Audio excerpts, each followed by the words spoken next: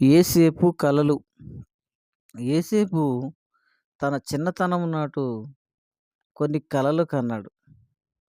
ఇవన్నీ కూడా యాకోబు తన తండ్రి పరదేశవాసిగా ఉండిన కానాను దేశములో నివసించెను. యాకోబు వంశావళి ఇది. ఏసేపు 17 ఏండ్ల వాడై తన సహోదరులతో కూడా మందను మేపుచుండెను. ఏసేపు తన తండ్రికి ఉన్నటువంటి మందను మేపుచుండెను. అతడు చిన్నవాడే తన తండ్రి భార్యలైన బిల్హా కుమారుల యొద్దను, జిల్పా కుమారుల యొద్దను ఉండెను.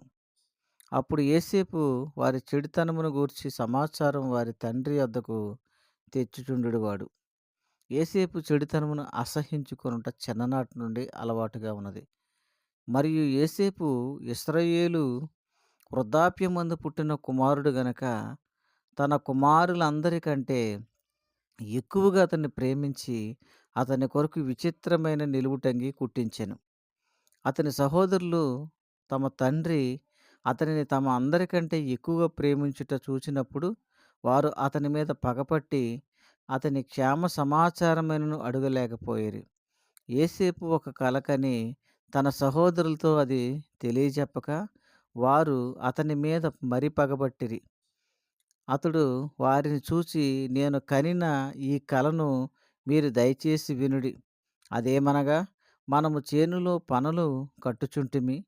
నా పన లేచి నిలుచుండగా మీ పనలు నా పనను చుట్టుకొని నా పనకు సాష్టాంగపడినని చెప్పాను. అందుకు అతని సహోదరులు, నీవు నిశ్చయముగా నేలెదవా?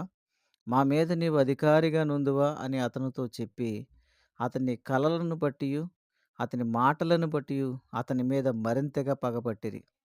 అతడు ఇంకొక కల కని తన సహోదరులకు తెలియజేసి, ఇదిగో నేను మరియొక కల కంటిని. అందులో సూర్యచంద్రులను 11 నక్షత్రములను నాకు సాష్టాంగపడినని చెప్పెను. అతడు తన తండ్రితోనూ తన సహోదరులతోనూ అది తెలియచెప్పినప్పుడు అతని తండ్రి అతనితో, నీవు కనిన ఈ కల ఏమిటి? నేను నీ తల్లియు నీ సహోదరులు నిశ్చయముగా వచ్చి నీకు సాష్టాంగపడుదుమా అని అతన్ని గద్దించెను. అతని సహోదరులు అతని యందు అసూయపడిరి. అయితే అతని తండ్రి ఆ మాటను జ్ఞాపకముంచుకొనెను. యోసేపు తన కన్న కలలను గూర్చి అవి ఏమిటా అని ప్రతిదినము కూడా ఆలోచించు మనసు కలిగిన వాడై ఉన్నాడు. మంచితనమును మాత్రమే స్నేహించుచు చెడుతనముని అసహించుకునే మనసు కలిగినటువంటి వాడు యోసేపు.